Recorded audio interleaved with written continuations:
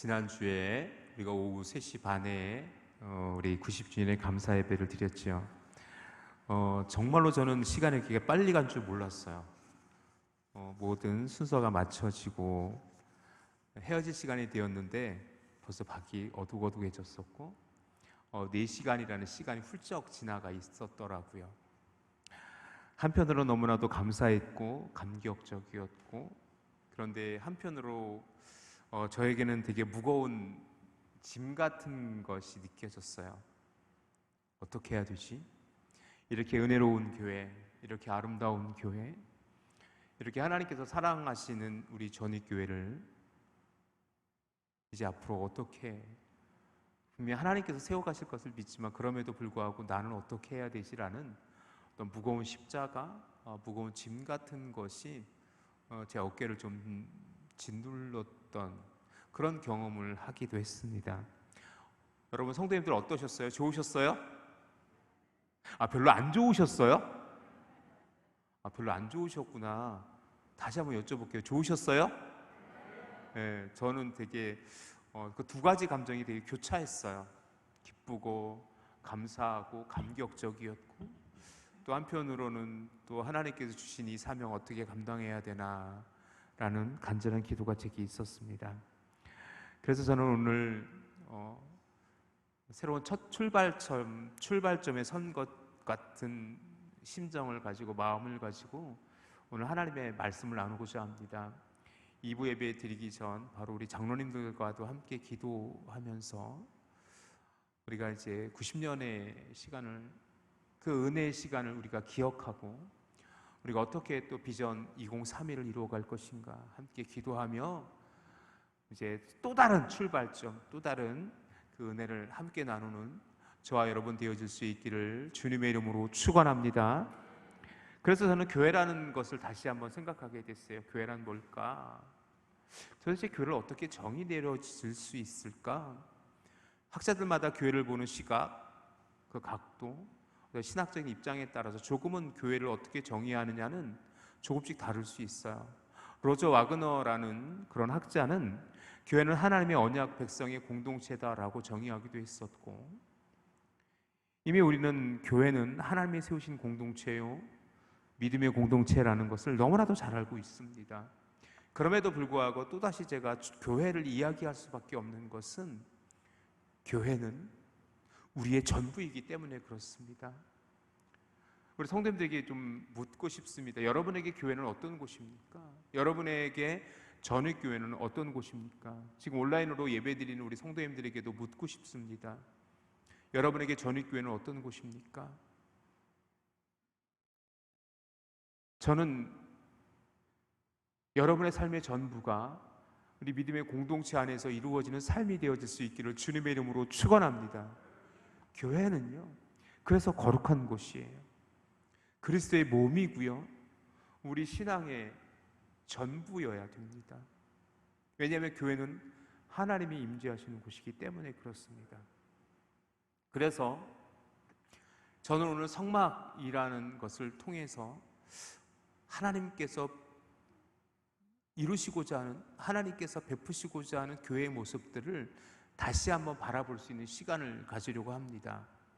성막은요, 굉장히 중요한 공간이었고 장소였고, 또한 하나님의 모형, 예수 그리스도의 모형이기도 했었습니다. 이제 앞으로 제가 지금 설교 계획으로는 내년도쯤에 제가 성막 세미나를 아마 여러분과 함께 나누게 될 텐데, 이 성막은요, 그래서 이스라엘 백성들에게 굉장히 중요한, 솔로몬의 성전 이전의 그 성막, 그 모세가 지은 그 성막은요, 그 시내 광야에서 지은 성막은 굉장한 중요한 의미를 갖고 있습니다. 그 의미들을 좀 되새기면서 오늘 말씀을 나누죠. 여러분은 출애굽기를 여러분이 좀 생각해 볼 때, 출애굽기 하면 어떤 것만 딱 이미지가 고착화되어져 있냐면 출애굽의 여정의 이야기가 기록된 거야 라고 생각하는 경우가 왕왕 있는데 틀린 건 아니에요. 하지만 정말 출애굽기가 얘기하고 싶었던 것은 뭐냐면 하나님의 성막이라는 것을 여러분 아십니까? 우리 출애굽기 구조를 좀 내용 분석을 좀 해보도록 할 필요가 있습니다. 우리 슬라이드를 한번 띄워주시겠습니까? 출애굽기 이렇게 내용이 되어져 있어요. 1장부터 40장까지 되어져 있는데 1장부터 13장 16절까지는 이스라엘 백성들이 고난당함과 10가지 재앙을 통해서 하나님께서 출애굽시키는 과정이 기록되어져 있어요. 그리고 13장 17절부터 18장까지는 출애굽의 여정이 기록되어져 있습니다. 출애굽 홍해를 건너고 그들이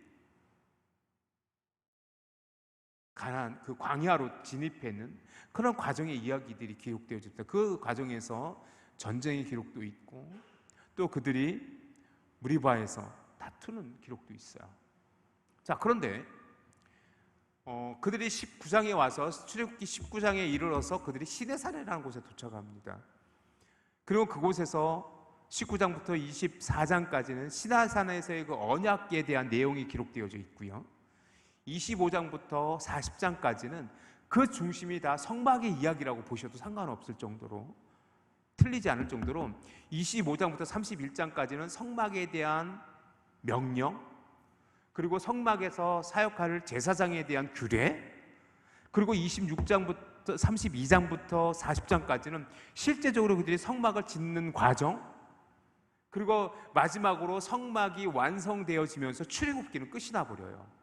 그만큼 출애굽기에서 성막의 이야기는 굉장히 중요한 분량을 차지하고 있고, 심지어 출애굽기를 읽으면 어떤 느낌마저 드냐면 이들이 성막을 짓기 위해 광야로 인도되어졌구나라는 생각마저 들 정도예요. 그 정도로 성막은 중요한데, 성막은 이렇게 생겼습니다. 여러분 성막 보신 적 있습니까? 성막은 이렇게 이건 상상도이지만 성경의 고증에 의해서 만들어진 그런 성막의 사진입니다. 이렇게 되어 있어요. 크지 않아요. 크지 않는데 성막은 약간 우리나라의 그 건물 평수로 100평 정도 됩니다. 100평 정도. 크지 않아요. 크지 않아요. 그런데 이 성막이 하나님께서 디자인하셨어요. 하나님께서 만들려고 하는 치수까지 다 기록되어져 있어요. 몇 큐빅 몇 큐빗으로 만들어라까지 나와 있어요. 그런데 왜 만들려고 하셨는가? 왜 만들려고 하셨는가? 오늘 본문에 명확하게 그것이 나와 있는데 오늘 신명기 25장 8절 말씀 한번 보시겠습니다. 8절 말씀 같이 한번 읽어보세요. 시작. 내가 그들 중에 거할 성소를 그들이 나를 위하여 짓되. 나는 이 짧은 이 한 절에 성막을 닫는 목적과 성막을 만드는 주체가 기록되어져 있어요. 첫 번째 뭐냐면 성막을 만드는 주체는 누구이어야만 하냐면 바로 성막을 만든 목적은 뭐냐면 기록되어져 있죠.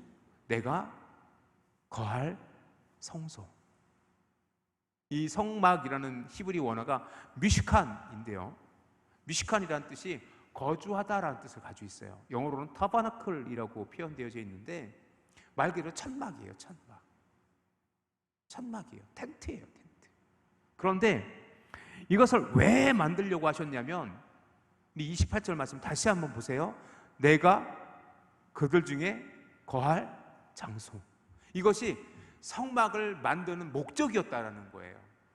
이것이 성막을 만드는 이유였어요. 여기서 저는 굉장히 중요한 교회론의 하나의 의미들을 발견하게 되는데, 교회는 왜 있어야 돼요? 교회라는 공동체는 뭐죠? 한번 따라해 보시겠습니까? 하나님께서 거하시는 곳. 그것이 교회예요. 됩니다. 만약에 정말로 그래서는 절대로 안 되지만 이곳에 주님이 계시지 않는다면, 우리 전입교회에 주님께서 임재하지 않으신다면 전입교회는 어떤 의미를 갈 수 있을까요? 제가 예배의 부름을 늘 기도할 때마다 하나님의 좌정하심, 하나님의 임재를 구하는 기도를 꼭 드립니다. 왜냐하면 거기서부터 예배는 시작되어지기 때문에 그래요. 예배는요, 하나님께서 임재하셔서 하나님께서 우리 가운데 예배를 받으실 때에만이 그것이 예배예요. 만약에 우리의 예배를 받으시는 분이 하나님이 아니라면, 하나님께서 우리의 예배를 받지 않으신다면, 우리의 찬양을 하나님께서 받지 않으신다면, 우리의 찬양과 우리의 예배는 어디서 그 의미를 찾을 수 있습니까? 무의미한 거예요. 무가치한 것이 되는 겁니다. 자, 그리고 또 한 가지 중요한 것은 뭐냐면, 하나님께서 분명히 뭐라고 말씀하셨냐면, 누구를 보러 짓게 하셨냐면, 그들이 나를 위하여 짓되라고 8절에 나와 있어요. 다시 한번 8절 보십시오. 8절 다시 한번 보십시오. 시작. 내가 그들 중에 거할 성소를 그들이 나를 위하여 짓되라고 되어 있어요. 성막을 지어가는 주체는 뭐예요? 성도들이에요. 교회를 세워가는 주체는 누구냐면 우리들이에요. 우리들의 헌신과 우리들의 믿음의 고백 속에 하나님의 교회는 세워져 갈 수 있는데 단 한 가지 조건이 있어요. 9절 보십시오. 9절 같이 한번 읽어봅시다. 9절 시작. 물은 내가 내게 보이는 식양 모양대로 장막을 짓고 기구들도 그 모양을 따라 지을지니라. 조건이 있어요.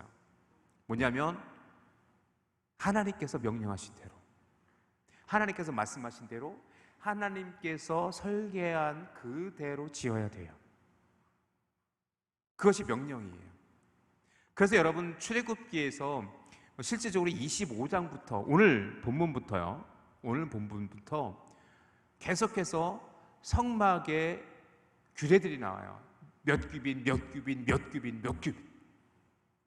지루할 정도로 세세하게 하나의 그 받침돌 하나도 그냥 놓게 하지 않으셨고요. 은받침 하나 그 규정대로 만들어야 됐었어요. 그것이 성막이었어요. 그래서 성막은 교회예요. 저는 그래서 어떤 이야기를 여러분에게 함께 고백하고 싶냐면, 하나님의 교회는 하나님의 지어가는 공동체여야 된다는 것입니다. 하나님께서 원하시는 모습으로, 하나님께서 계획하신 대로, 하나님의 모습, 하나님의 그 모든 설계도대로 지어져가는 공동체가 우리 전입교회 되어질 수 있기를 주님의 이름으로 축원합니다. 그렇게 되어져야 돼요. 그렇게 되어지지 않는 한 교회는 누군가의 의도에 의해서, 누군가에 의해서 좌지우지 되어지거나 누군가에 의해서 세워져 갈 수 없어요. 중요한 것은 뭐냐면 그 성막을 짓기 위해서 이스라엘 백성들은 그 광야에서 엄청난 헌신을 하게 됩니다. 여러분에게 질문 하나 드릴게요. 혹시 성막이라는 것, 성막 사진 한번 다시 한번 보여주세요. 이 성막을 짓기 위해서 얼마만의 가치의 돈이 필요했을까요? 오늘날 환산 가치로 어느 정도의 돈이 들어갔을까요? 저 성막 하나 짓는데 어느 정도의 돈이 들어갔을 것 같아요? 10억? 10억? 10억으로 뭐 저거 짓는데 뭘 10억이 들어가? 100평도 안 됐는데 얼마 정도 들어갔을 것 같아요? 학자들마다 조금 다른데 최소 2천억 원. 최소 2천억 원. 별로 놀라진 않으세요. 2천억 원이 별로 큰 돈은 아니죠, 그죠? 2천억 원 들어간다고 해요. 2천억 원. 어이, 목사님 거짓말. 100평짜리 그 텐트 하는데 무슨 2천만 원이 들어? 2천억이 들어요. 자, 그 조금 이따 설명해 드리고 오늘 본문을 잠깐 보세요. 그 성막을 짓기에 필요한 목록들이 나와 있는데 진짜 자세하게 나와 있어요. 우리 3절부터 한번 읽어보실래요? 3절부터 한번 읽어보세요. 읽어보시라고요. 시작. 너희가 그들에게 받을 예물은 이러하니 금과 은과 놋과 청색, 자색, 홍색 실과 가는 배실과 염소 털과 붉은 물들인 쇠향의 가죽과 해달의 가죽과 조각목과 등유와 관유에 드는 향유와 분향할 향을 만들 향품과 호마노며 에봇과 흉패에 물들인 보석이니라. 어마어마한 리스트죠. 어마어마한 리스트예요. 그런데 그 모든 것들이 광야에서 드리는 거예요. 그런데 딱 한 가지 조건이 있어요. 조건이 뭐냐면 2절 말씀 가보세요. 2절 말씀 가보세요. 시작. 이스라엘 자손에게 명령하여 내게 예물을 가져오라 하고 기쁜 마음으로 내가 내는 자가 내는 바치는 모든 것을 너희는 받을지니라. 한 가지 조건이 있는데 뭐냐면, 하나님께서 이 모든 예물을 받을 때 한 가지 조건을 내세운 게 뭐냐면 기쁜 마음이 전제되어져야 돼요. 기쁜 마음으로 드리는, 기쁜 마음으로 내는 자가 내게 바치는 모든 것을 너희는 받을지니, 이렇게 돼 있단 말이에요. 그러니까 뭐냐면 아무렇게나 드려서는 안 되고 기쁜 마음으로 드려야 돼요. 기쁜 마음. 그래서 기쁜 마음이라고 하면 어떤 의미를 가지고 있을까? 히브리 원어로 보면 이때 벤요 리뽀라는 단어가 있어요. 이때 벤요 리뽀. 이거 히브리 원어인데, 이때 벤요라는 것은 뭐냐면 나다부라는 히브리 원어에서 파생된 단어인데, 여기에 기쁨이라는 단어가 없어요. 기쁨이라는 뜻이 아예 없어요. 죄송하지만 이땐 베뉴라는 단어의 원형이 나다부라는 단어인데, 이 나다부라는 히브리 원어를 찾아보면 기쁨이라는 단어가 없어요. 되려 어떤 뜻이 있냐면 강요하다, 재촉하다라는 뜻이 있어요. 강요하다, 재촉하다. 그럼 이거 성경이 완전히 잘못 번역된 거죠. 그런데 이 나다부라는 뜻은 재촉하다, 강요하다는 뜻인데, 이땐 이거 변형 단어예요. 변형된 단어인데, 그 의미를 왜 기쁨이라는 표현을 썼냐면, 누구에게 강요하는 거냐면 스스로에게 강요하는 거예요. 누구에게 재촉하는 거냐면 스스로에게 재촉하는 거예요. 스스로에게 재촉하고 강요해서 그 마음으로 드린 예물. 그래서 이것을 기쁜 마음을 정확하게 원어적으로 해석하면 자원하는 마음으로 온 힘과 기쁨을 다해서 드리는 예물. 그래서 여기서 기쁨의 마음, 기쁜 마음 이렇게 번역된 거예요. 엄밀히 말하면 뭐냐면 스스로가 재촉하여 스스로에게 강요하는 마음이에요. 너 드려야 돼. 이거 드려야 돼. 그 마음을 하나님께서 스스로에게 주신 거예요. 그렇게 해서 드린 예물만이 합당한 예물로 받아들여졌어요. 그런데 그 예물의 규모가 어마어마했어요. 가장 대표적인 거 하나만 예로 들어볼게요. 여기서 금을 드렸는데요. 금을 얼마만큼 드렸을 것 같아요? 저 성막을 짓는데. 이 지적 때 제가 한 가지 예를 들려드릴 건데, 성막에 보면 성물 중에 하나가 금 등잔대라는 게 있어요. 금 등잔대. 우리 교회는 없는데, 요 밑에 등잔대 모습이 하나 있어요. 여기에 우리 강대상이. 근데 금 등잔대가 어떻게 만들어졌냐면 금 한 달란트를 쳐서 만들게 돼 있어요. 그러면 그 금 한 달란트 가격은 얼마일까? 제가 계산해 봤어요. 슬라이드를 한번 띄워주세요. 어제 제가 인터넷에서 금 거래소에서 시세를 봤더니 어제부예요. 어제 날짜로 1g당 금이 74,949원이에요. 한 달란트는 무게가 34kg이에요. 그러면 그 금 등잔대 하나 만드는 가격이 얼마가 드냐면, 순금 1달란트가 34,000g이고 어제 금 시세로 계산해 보면 74,949원을 곱하면은 2억 5,482만 6천 원이에요. 즉 뭐냐면 그때 모세가 만들었던 그 금 등잔대 하나가 2억 5천만 원 정도 되어지는 그런 가치를 가지고 있었던 거예요. 그런데 그렇게 성막 그림 다시 한번 보여주세요. 이 성막에 금이 얼마만큼 들어가냐면 29달란트가 들어가요. 그럼 다음 슬라이드 한번 보여주시겠습니까? 그러면 이렇게 계산이 되어져요. 출애굽기 38장 24절에 성소 건축 비용으로 드린 금은 성소의 세겔대로 29달란트와 730세겔이며 해서 잔전은 빼고 730세겔은 빼버리고 29달란트만 계산해 볼게요. 29달란트는 34kg을 해서 986kg이에요. 이것은 뭐예요? 거의 1톤에 가까운 금이 이 성막에 사용되어졌다는 거예요. 그런데 이것을 오늘날의 환산 가치로 따져보면 뭐예요? 98만 6천 g이 돼요. 29달란트가. 그것을 74,949원으로 계산해봤더니 738억 9,714만 원. 738만 9,971만 4천 원. 별로 놀라운 금액이 아니죠. 금만 들어간 게 740억 원 정도의 금이 이 성막 안에 들어가 있어요. 그런데 놀라운 거는 뭐냐면 이것을 드림이 어때요? 부담스럽죠? 부담스럽잖아요. 그런데 광야에서 이것을 드리는데 차고 넘치게 드려요. 자, 출애굽기 36장 5절에서 6절 말씀 볼게요. 출애굽기 36장 5절에서 6절, 7절 말씀. 출애굽기 36장 5절에서 7절 말씀 이렇게 기록되어 있어요. 같이 한번 읽어봅시다. 시작. 모세에게 말하여 이르되 백성이 너무 많이 가져오므로 여호와께서 명령하신 일에 쓰기에 남음이 있나이다.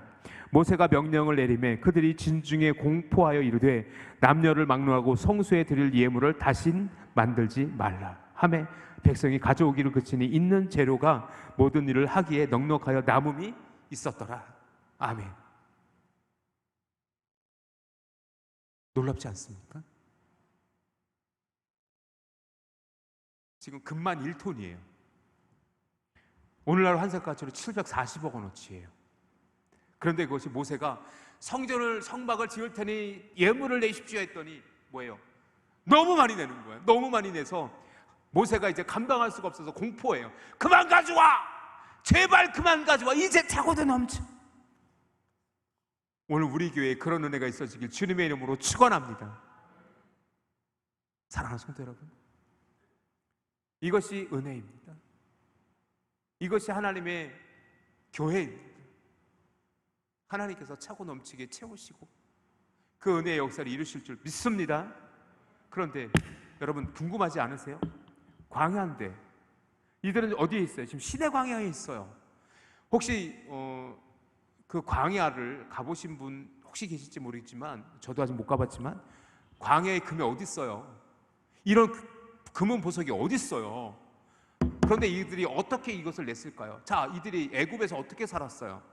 애굽에서 귀족층이었어요? 부자였어요? 아니었잖아요.